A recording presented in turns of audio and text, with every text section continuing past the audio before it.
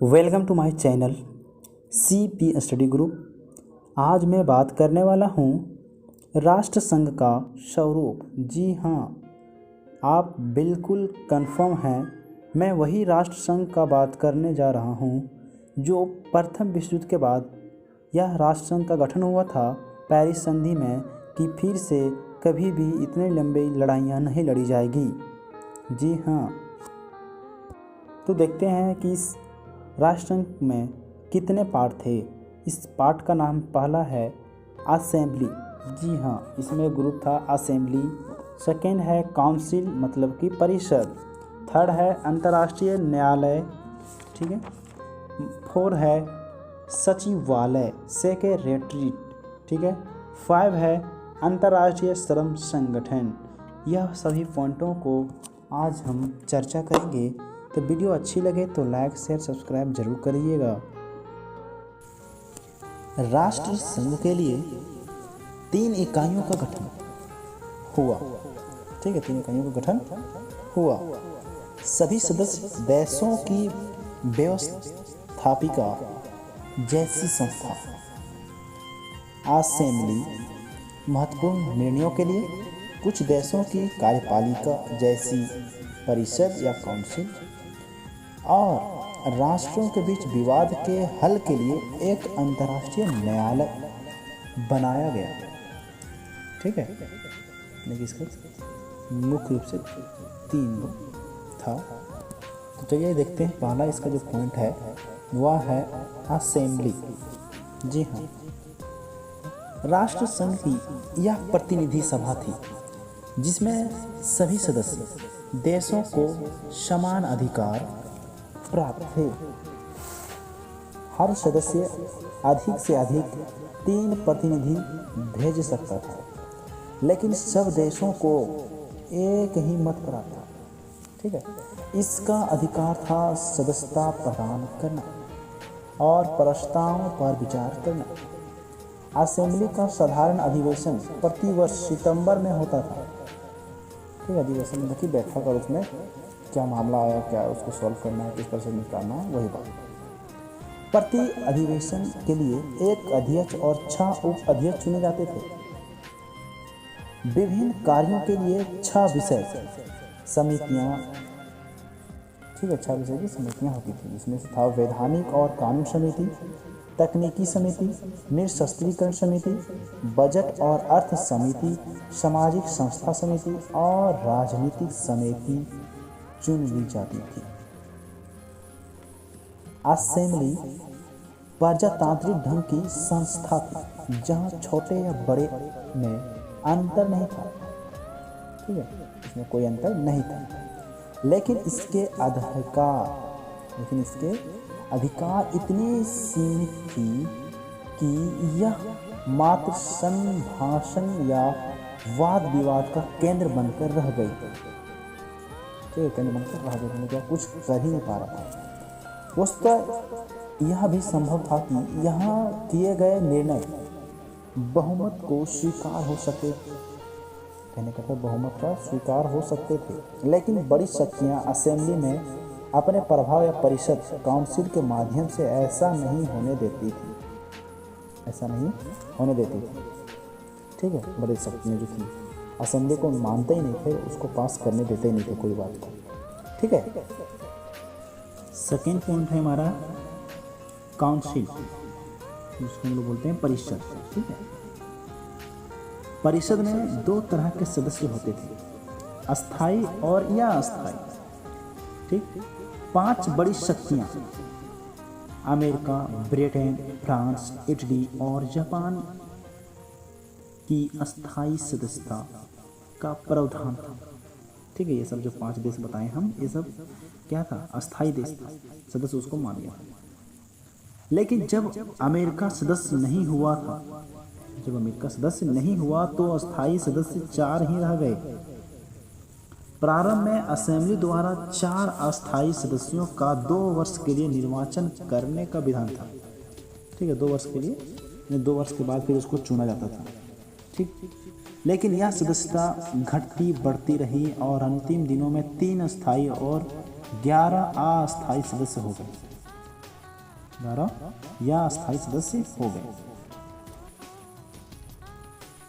परिषद की ही राष्ट्र संघ में सर्वाधिक निर्णायक भूमिका थी।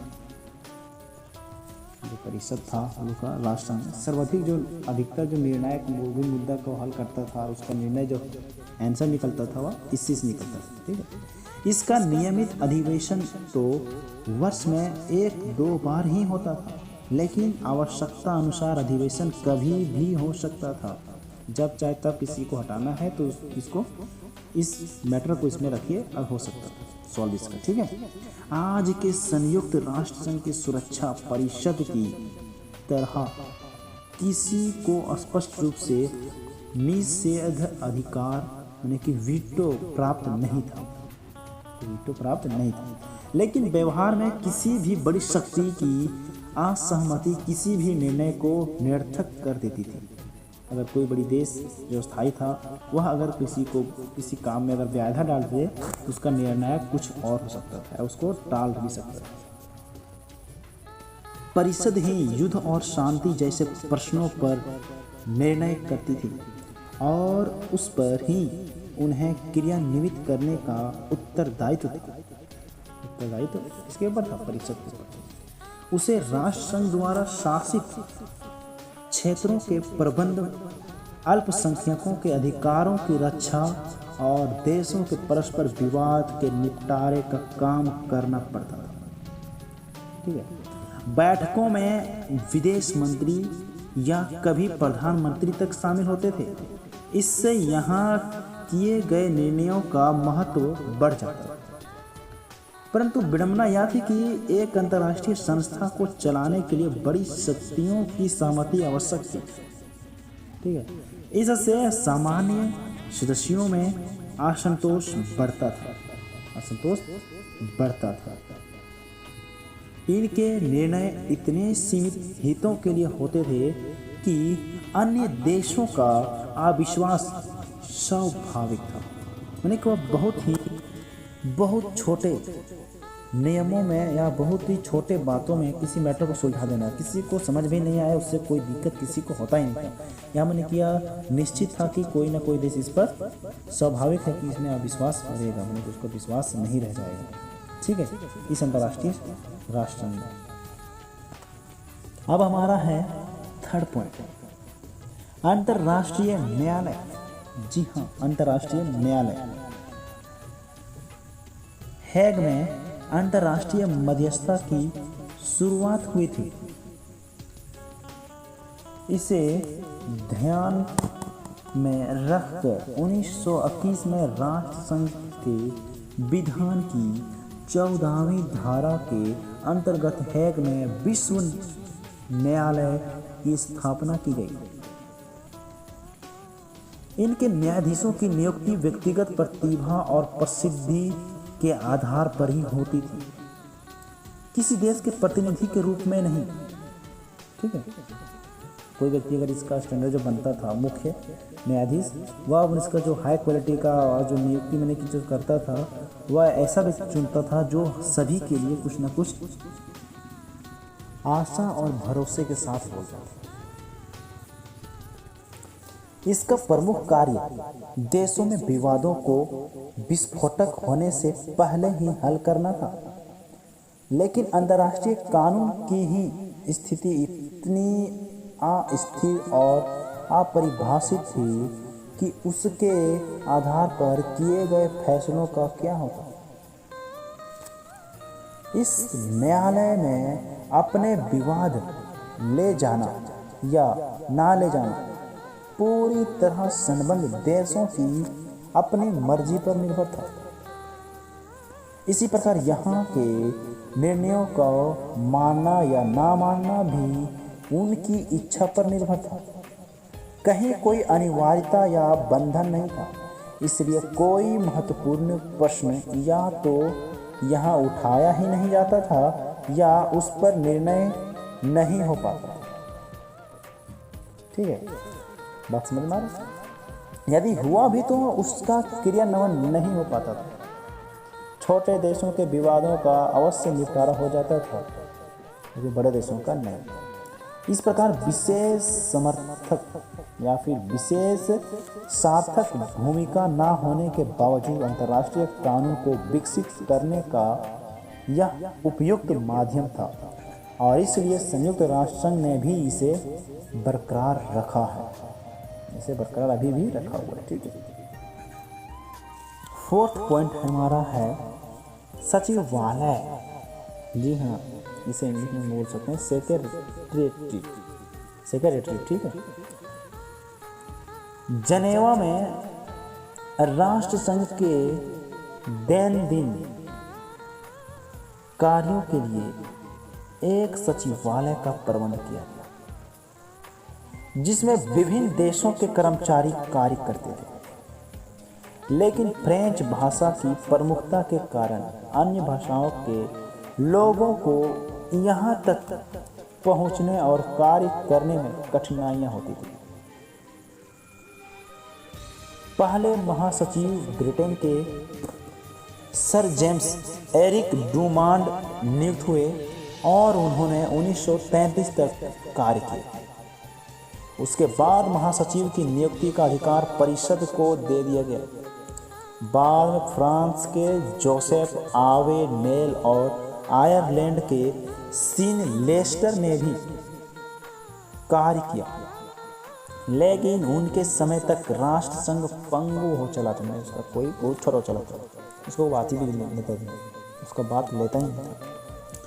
2 सह और 2 उपसह सचिवों की सहायता से महासचिव 11 विभागों जैसे सामान्य प्रशासन, संरक्षण, निरस्त्रीकरण, स्वास्थ्य, अल्पसंख्यक जातियों और आर्थिक मसले आदि का प्रशासन देखता था। सचिवालय में विभिन्न देशों के बीच की संधियां पंजीकृत की जाती थी, प्रस्तावों को क्रियान्वित करने का कार्यक्रम बनाया जाता था, सम्मेलनों की तैयारी की जाती थी, विभिन्न कार्यों का नियोजन और संचालन होता था। सचिवालय को निर्णय की नहीं केवल क्रियान्वयन की जिम्मेदारी सौंपी गई थी, लेकिन व्यवहार में निरंतर कार्य रहने और अलग अलग देशों के लोगों को एक साथ काम करने का मौका देने के कारण इसका बहुत महत्व था। ठीक है, इसका महत्व जो था वो बहुत बड़ा था। अब हमारा है 5 पॉइंट अंतर्राष्ट्रीय श्रम संगठन। यह ऐतिहासिक सत्य है कि सबसे पहले वास्तविक अंतर्राष्ट्रीय सहयोग श्रमिकों के बीच शुरू हुआ था। हर कहीं उनकी समस्याएं एक जैसी थी, इसलिए जब मार्क्स ने उन्हें एक होने का आह्वान किया था तो उनके बीच सहयोग बढ़ा था और उनके विभिन्न संगठन एक दूसरे के करीब आए थे। फ्रांस में 1870 के बाद गठित कम्यून में कई देशों के श्रमिक प्रतिनिधि शामिल थे। इस प्रकार मजदूरों की संख्या, चेतना और शक्ति बढ़ती जा रही थी। 20वीं शताब्दी के प्रारंभ में मजदूरों की शक्ति से डरने वाली ताकतें चिंतित हो गई। ठीक है, चिंतित हो गई कि यदि प्रतिकार नहीं हुआ तो उनके गढ़ ढलने लगेंगे। रूसी क्रांति की सफलता ने तो उन्हें और भयभीत कर दिया था।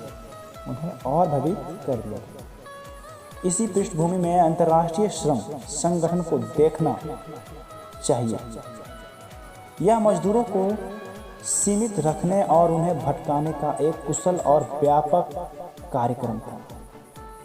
इसका कार्यालय भी जेनेवा में स्थापित हुआ। इसकी सदस्यता उनके लिए भी खुली थी जो राष्ट्र संघ के सदस्य नहीं थे। विभिन्न देशों के प्रतिनिधि मंडलों में 2 सरकार के और एक मालिकों और मजदूरों के प्रतिनिधि होते थे। प्रत्येक वार्षिक सम्मेलन में पारित प्रस्ताव सदस्य देशों को भेज दिए जाते थे। इनकी मुख्य सिफारिशों काम के हालात और मजदूरी से संबंधित होती थी। इन्हें मानने और लागू करने के अनिवार्यता नहीं थी। श्रम संगठन की शासन समिति में 16 राज्यों, 8 मालिकों और 8 मजदूरों के प्रतिनिधि होते थे और संचालन एक निदेशक करता था। संचालन कौन करता था? निदेशक करता था। स्पष्टता यहाँ राज्यों और मालिकों का प्रभाव अधिक था। श्रमिकों के हितों की वही तक पूर्ति की बात होती थी जहाँ तक उनकी पूर्ति होने में खतरा न था। ठीक है। यहाँ श्रम संबंधी सूचनाएं और आंकड़े संग्रह किए जाते थे और उनका प्रसारण होता था, लेकिन ये आंकड़े श्रमिकों की स्थिति का सही चित्रण करने वाले नहीं थे, सही चित्रण करने वाले नहीं होते थे। कुल मिलाकर यह संस्था बिस्मार्क के राजकीय समाजवाद की तरह मजदूरों का हित और श्रम की समस्याओं का हल सरकारों और मालिकों के हित को बचाते हुए ही करती थी।